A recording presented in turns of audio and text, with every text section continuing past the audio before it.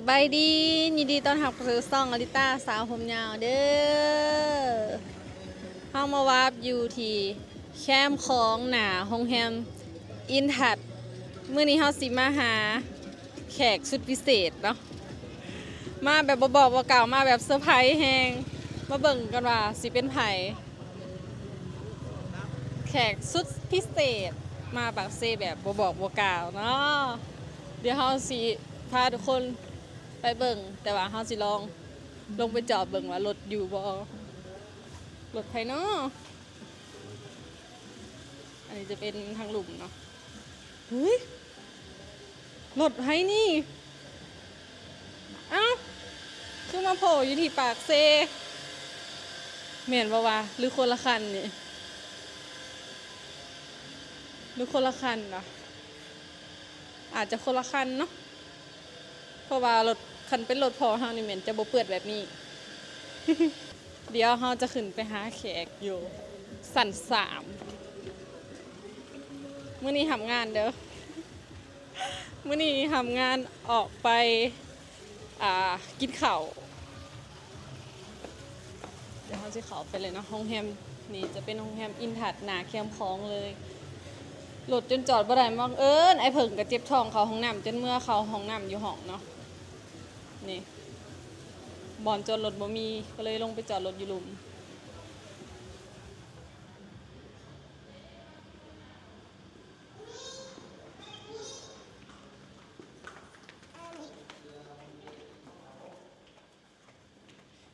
เข้าไปหาเนาะเฮาฮู้แล้วว่าห้องเพิ่นพักก็อยู่บ่อนใดสั่นใดตื่นเต้นจะเป็นใครกันเนาะหรือมันต้องมีคีย์การ์ดบ่วะกำลังมีคนจะลงมาสั่นสาม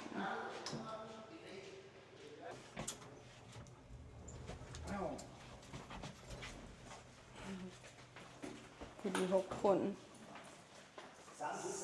310Kia, sang kia. Sang kia. Kia. 310หรือ301วะเดี๋ยวเบิ่งก่อนเนาะ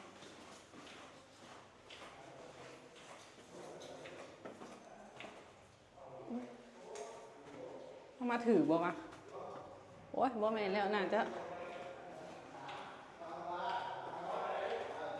ห้องใดวะ เดี๋ยวเขาจะเสียงเคาะเนาะห้องนี้ปะจ๊ะหรือห้องนี้ประเด็นคือ310หรือ301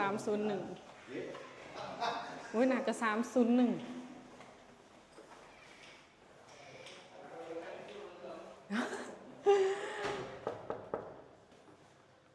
แขกของเราคือใครเนาะจ๊ะเอ มาหาแขกสุดพิเศษเนาะมื้อนี้เซอร์ไพรส์แฮงขึ้นฮอดเนาะ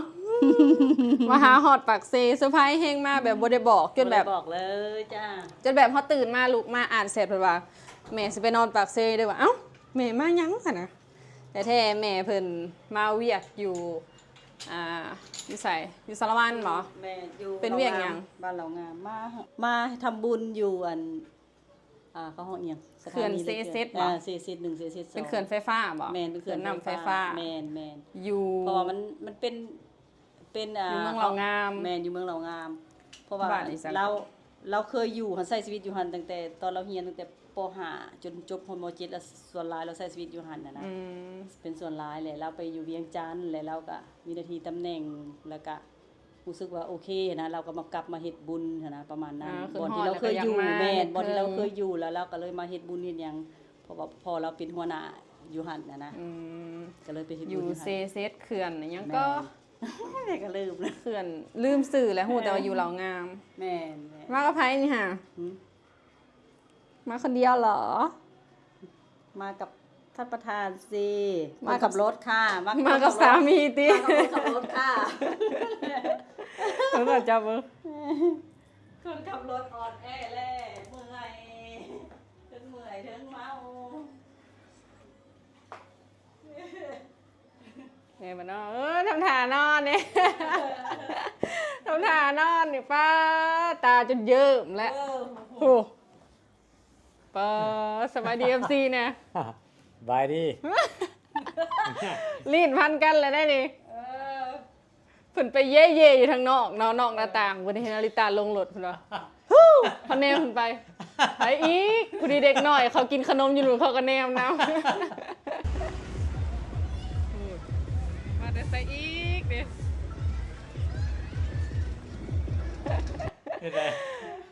อยากกินยังมื้อนี้ เช็คหน่อยนะ นัดไผไว้บ่ ทิ้งงานนั่นแหละเพิ่นอยากไปกินสังสรรค์กันหน่อยนึง ยังสั่งสรรค์ต่ออีกวันนี้มาแต่พุ่นบ่หรือว่าผู้ใหม่ กับผู้เก่าหันแล้ว โอ้มาแต่พุ่น ฮะ เดี๋ยวสิไปสั่งสรรค์อยู่ไสอีก เมาเลยได้ไว้อยู่บ่นี่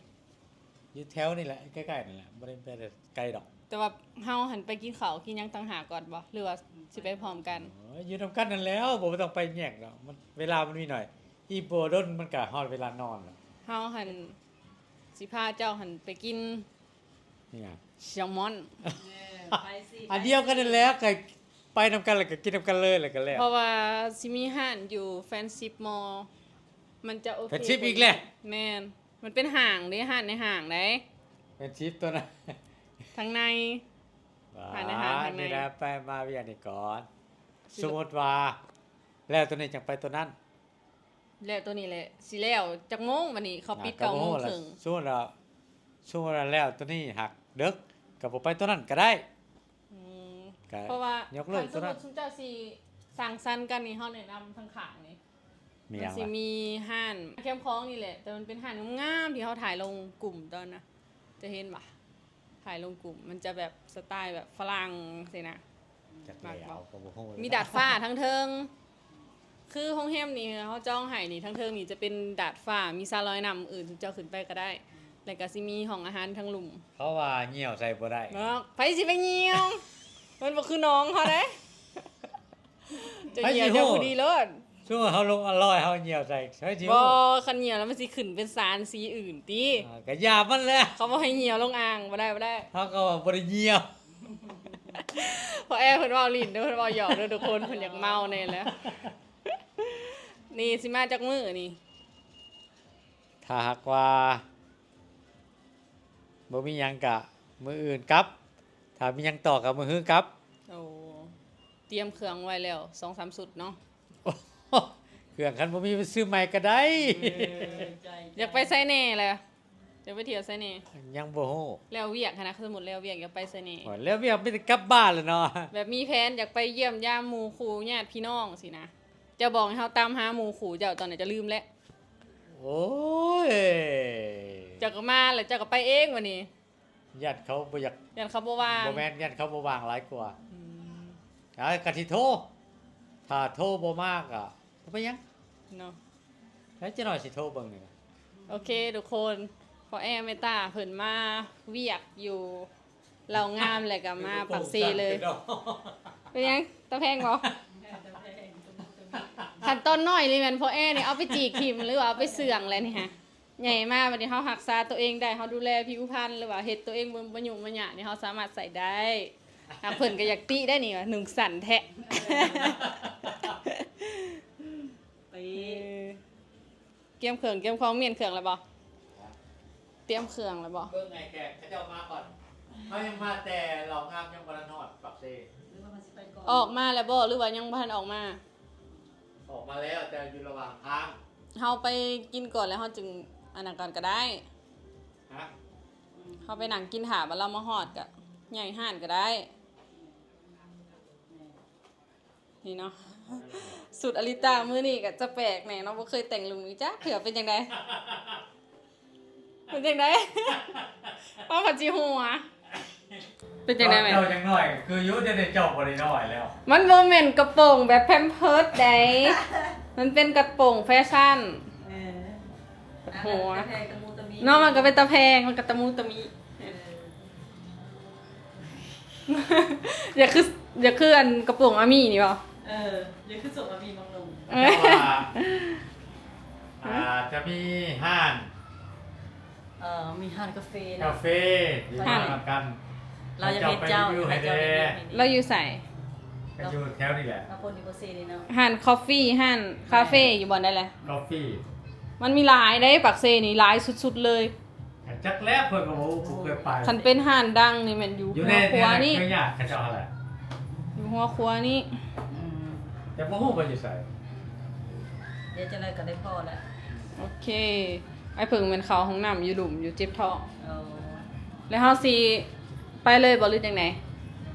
ก็ไปเลยแหละ เอารถไปคันเดียวบ่หรือคนละคัน ใช้ว่าใกล้ๆคันนั้นใกล้ๆยากเลย คันใกล้ตัวนี้หันเป็นคันหมูจะมาเลยนัดลงหันแต่ว่าซุมเฮาหันสิพาเจ้าไปกินแซลมอนอยู่แฟนซิปก่อน ไปกับไปเผื่อเขาสิมากับไปส่ง เพื่อแขกสิมาฮอดเด้ ไปครับ โอเคไป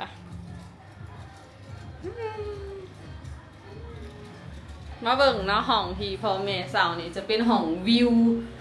คืนหนึ่งประมาณ830,000บ่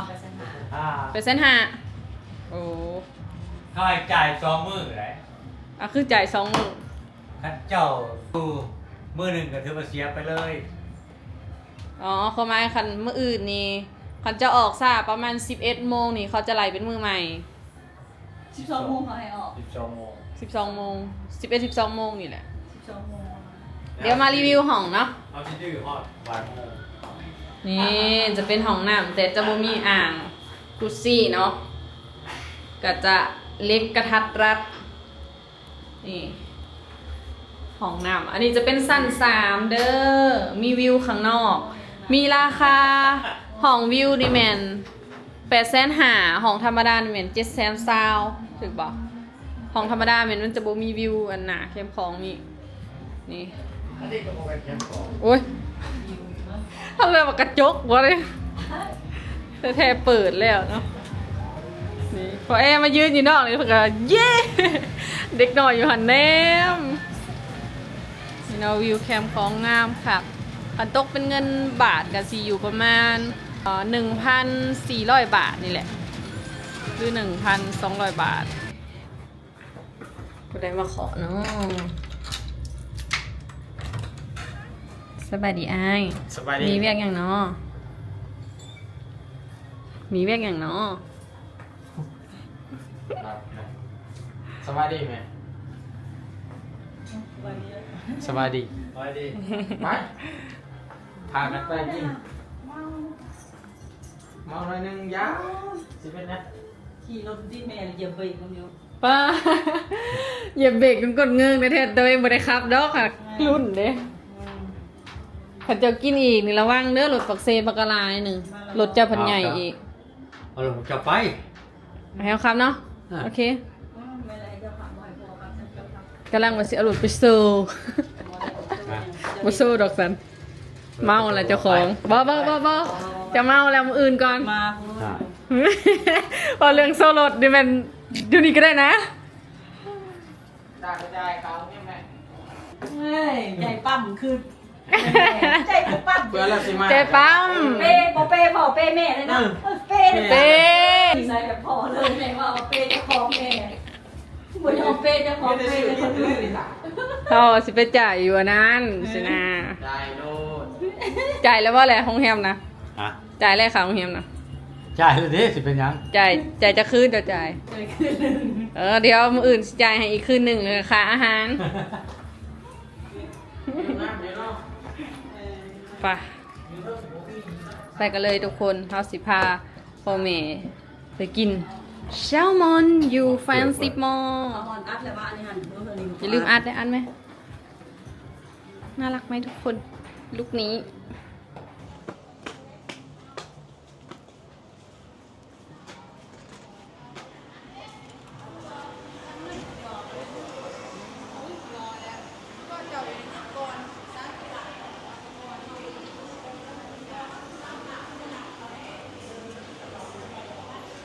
ตอนนี้เฮามาฮอดแฟนซิปแล้วเนาะทุกคนค่ะแล้วฮอดสิพาพ่อแม่ย่างไปห้านนี่เห็นบ่ป้ายนี่แซลมอนนี่เห็นบ่นี่ร้านนาโอกิเอากระแท้แหละจะมีแซลมอนปลอมมาด้วยใส่ ย่านว่าแช่แข็งมาดนล่ะ นี่เขาเปิด9 โมงหา9 โมงเช้าหา9 โมงแรงนี่เนาะป้ายหันนี่เขามามันเลือกเลยว่าเราจะนั่งตรงไหนนั่งไซดี เลือกเลยค่ะ ตัวนี้หรือตัวนั้นแจหมูเลย โอเค เรามานั่งอยู่เจร้านนี้ ยังรอ เอาเลือกค่ะคุณหญิงกับคุณชาย วันนี้หนูจะเป็นเจ้ามือเองค่ะ มาหอมก่อนอีป้าอยากกินแซลมอน ไปหากินอยู่เวียงยากเนาะตอนนั้นเราไปหันเด้ นี่อันนั้น มั มัน น สิ สิ เป็ เป็น น เดี่ยวหันเด้ เป็นยาก มันเต็ม มันเป็นบุฟเฟ่ต์อยู่เวียงเดียวโอซิเน่ค่ะเด้ ยังเคยจะไปซาบูเข้ามันยากซาบูตัวล่างเรือ มันต้อ นะ งมันต้องจองคิวหันเด้มัน นี่อันนี้เขาแข่งกันเขามีรายห้างนะในห้างก็มีอยู่แถวสุจผักก็มีแคมป์ของแต่ญี่ปุ่นราคามันอยากสูงกว่าอยู่นี่ ตัวได้แซ่บสั่งมาเลย จะเปิดกายแล้ว เลือกเอาโลดจะหมักตัวใดหนาได้ นี่ อ่ะ เดี๋ยวจ่าว่าจะกิน เบิ่งมันสิมีหนางามกว่านี้อีกเบิ่งสิเอาหนาใหญ่ก่อนเขาเรียงงามๆมือน่ะนะ แนะนำมาเลยค่ะ เลือกอีกติเอาแต่แซลมอนซะบ่เลือกอันอื่นน้ำสลัดมีเบิดหอย อ่ะ บ่เจ้าอยากกินหยังหั่นนะ เอาเรื่องอื่นมัน ยังบ่เห็น โอ้บ่ได้กินหลายผมกินตะแรงผมกินข้าวก็ได้แค่จะกินเล็กหน่อย สปาเกตต่อเกตตี้ปลาตุนหัวผักอิหยังก็มีเบิด ทูน่าซูกุริ ไปเจ็บโซ่จิบเก็บมันมา หรือว่าเอาแบบรวมบ่เสร็จใหญ่นี่บ่หรือว่าเอาแบบระยะ สิบใหญ่เท่าไหร่นี่เก้าเซตไป 989สำรันหนึ่งค่ะ สิบใหญ่ล้านหนึ่งกินไหมคะสิบใหญ่ล้านหนึ่ง หรือว่าเอาแบบ เอาแนวระยะให้มันจะได้ เอาแบบอย่างมันได้กินหลาย เออ เอานี่เนาะ เออ แซลมอนอี ใส่หอยจะว่าจะยา ได้หอยนี่ นี่ หอยปีกนกอู้ นี่มันมีกระเทียมมาให้พ่อ เออ เนาะหมักไวันนี้ อันนี้มันเป็นดองแซลมอนดอง อันนี้ก็เอาอันนั้นก็เอา โอเค แซลมอนโซยุ เมนเอาแซลมอนเป็นถาดแซลมอนซาชิมิ ต้องลาย กับ กิน แซลมอนโชยุ พ่อ อันนี้แซลมอนอีกอย่างหนึงแซลมอนอุซุกุริ นะไหน สิเอาซะ อุซุกุริอุซุกุริ นี่ ตัวนี้กับทูน่าเปล่า อ่า มันมีทูน่ากับแบบรามาจิปลารามาจิแล้วนี่มันมี ต้องแบบ นี่มันมีรวมนี่ เอาจะระยะ ทูน่าประสานกัน ทำมาได้เลยเด้อ กับตัวได้แทรกกับตัวที่สองสั่ง หอยนางรมเอาบ่หอยนางรมเอาบ่ เจ็บท้อง หรือว่าเอาหอยเซลล์เอาบ่หอย เอา เซ ห ล อย ล์ เซลล์นี่จ้ะ หอยอันนี้มีบ่ อย่าเจ็บท้อง เอา2 จานกับอิหยัง อันนี้เขาอยากกินหอย แล้วแต่ลูก กับ กับแซลมอนจานใหญ่ คือผู้ยิ้มแบบญี่ปุ่น กับทูน่า ยิ้มแบบญี่ปุ่นอะไรวะ เมื่อกี้นี่เอายังไงแหละเอาแซลมอนทันใหญ่เนาะ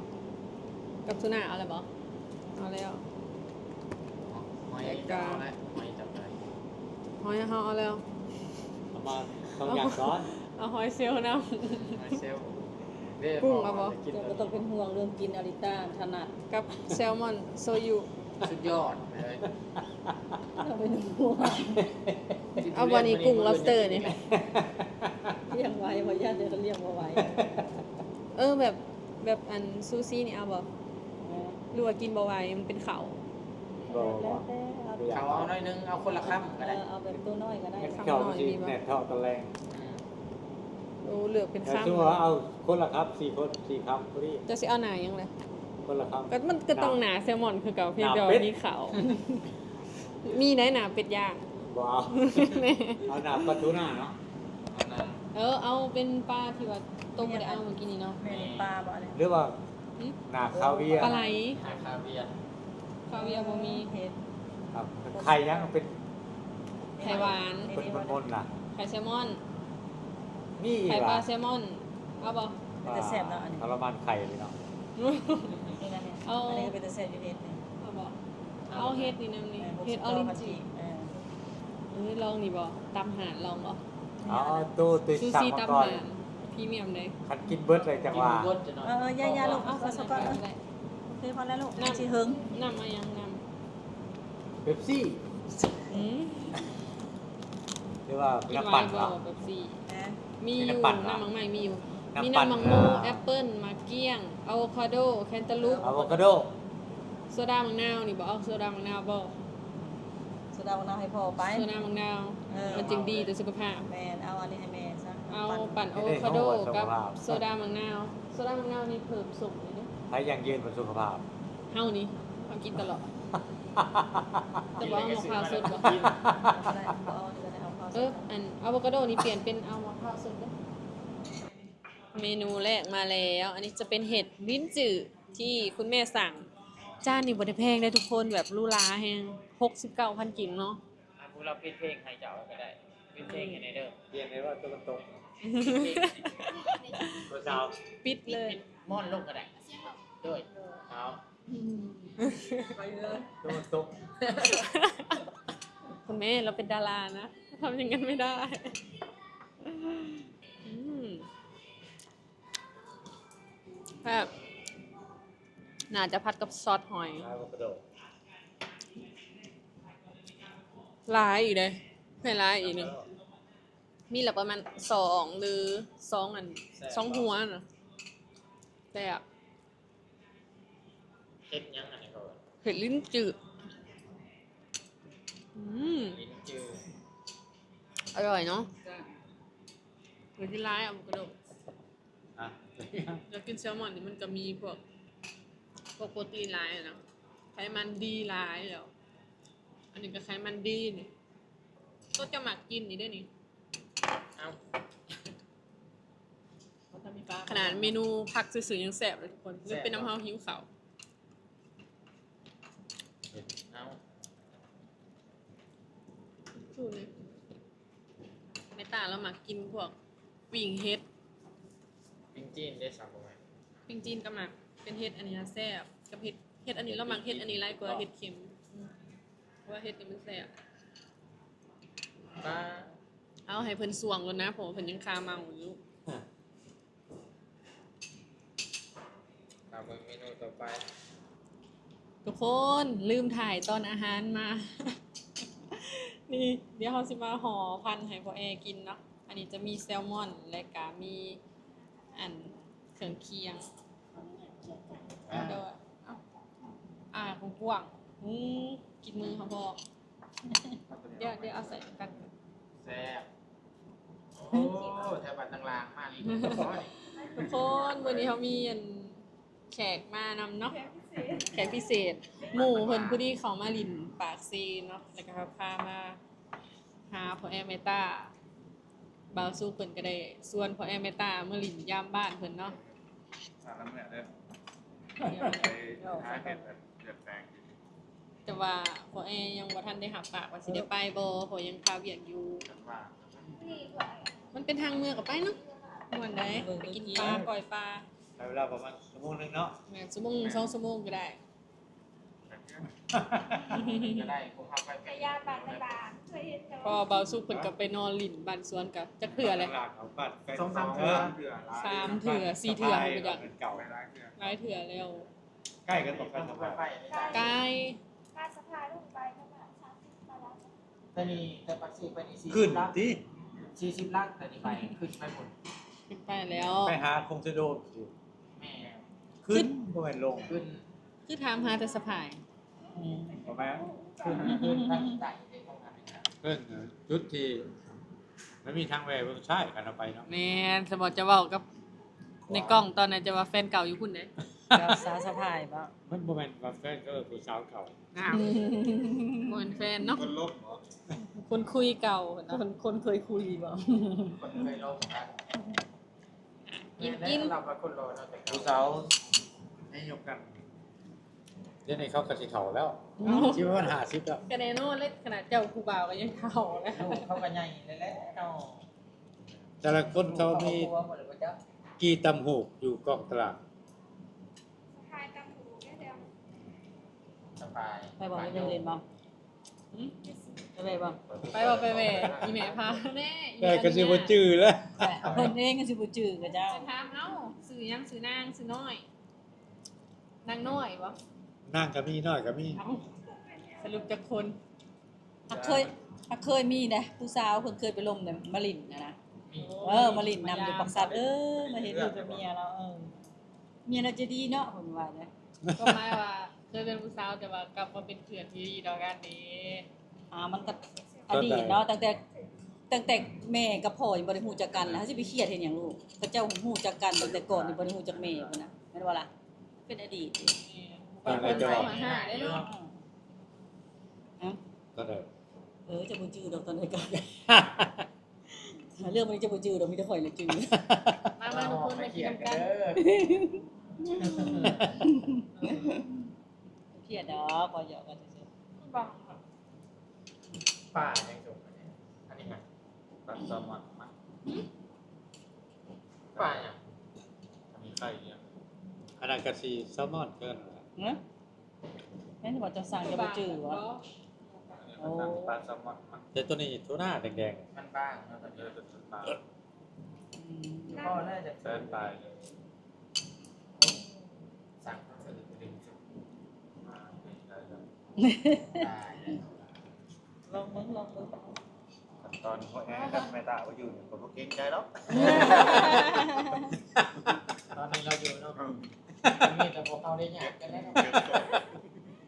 หยาดกันแล้วยาเด้อของกูเด้อต่อจริง ถ้ามากินน้ำผู้ใหญ่เลย เอาเป็นกว้างว่ะ เขียมคมเด้อ เกี่ยวคุก มันตอนนั้นมาแต่พวกเขาได้สั่ง แต่แล้วมันก็จะต่างอย่างนี้ งานกัน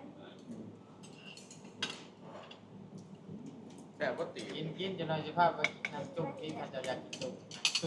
ไปวะ ไปจะว่าไป ไปหอในก้าวเมื่อคืนได้จะคือว่า เออเชื่อมหอดนาห่างจุ่มเลยเนาะ จุ่มที่อาจจะบ่มากครับ จุ่ม ห่างจากนี่สำไรบ้าน 40โล เกือบ50กูได้ ใช่ที่ฮอดคงสิโดนเลยเนาะ แม่อยู่หน้าด่านเลยแหละหน้าด่านนะแม่ลง วันด้านนั่นแหละ วันด่านใกล้เชียงวันด่านแล้วก็เลี้ยวคัวลงเลย เดี๋ยวซ้าย เลี้ยวคัวเมื่อกัน มันเข้าไปนี่เดี๋ยวขวาขันมาจะสวรรค์ เดี๋ยวกลัวมันก็บ่ได้ลงด่านแล้วมันควรแก็บของ โมเมนพอมาได้แคมป์คลองได้แคมป์ซี่ แม่ ซีนูน นั่นแหละก็จะเว้าอยู่ คันจะซีนุ่งคลองนะไปทางนี้แหละสะพายมีแล้ว ก็ดอกของ มันยังเกี่ยวไปแล้วสะพายเด้ เรียนจบก่อน มากบ่ จ้า ก่อน สดไหมถูกใจไหมคะคุณพ่อคุณแม่ ถูกใจค่ะอร่อ พ ยว กเราเห็นงามเนาะ เอาโอเค มันเห็น ขอบใจเด้อที่ เห็น เลี้ย กิ ง นเองและซอยตอน ขอบใจที่เปย์พ่อกับแม่ขอให้เจริญนะลูกเด้ โด อย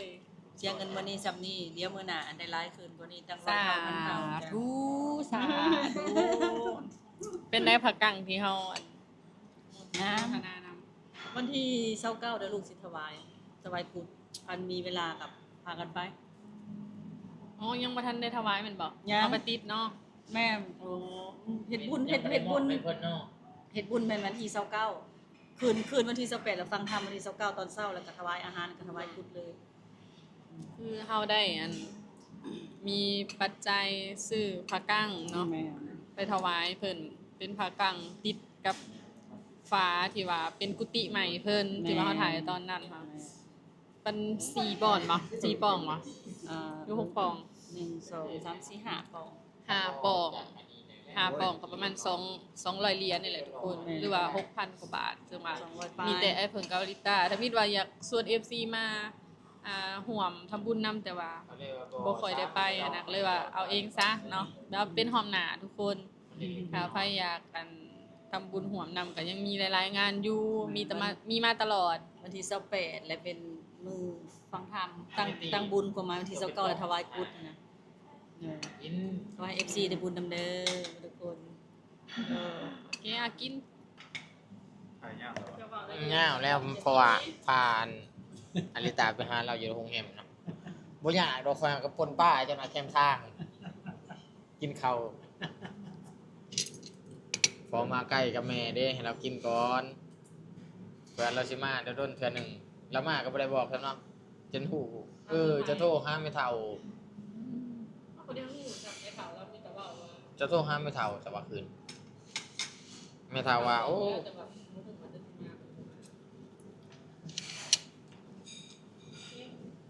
ความจริงมื้อนี้ก็มาแค่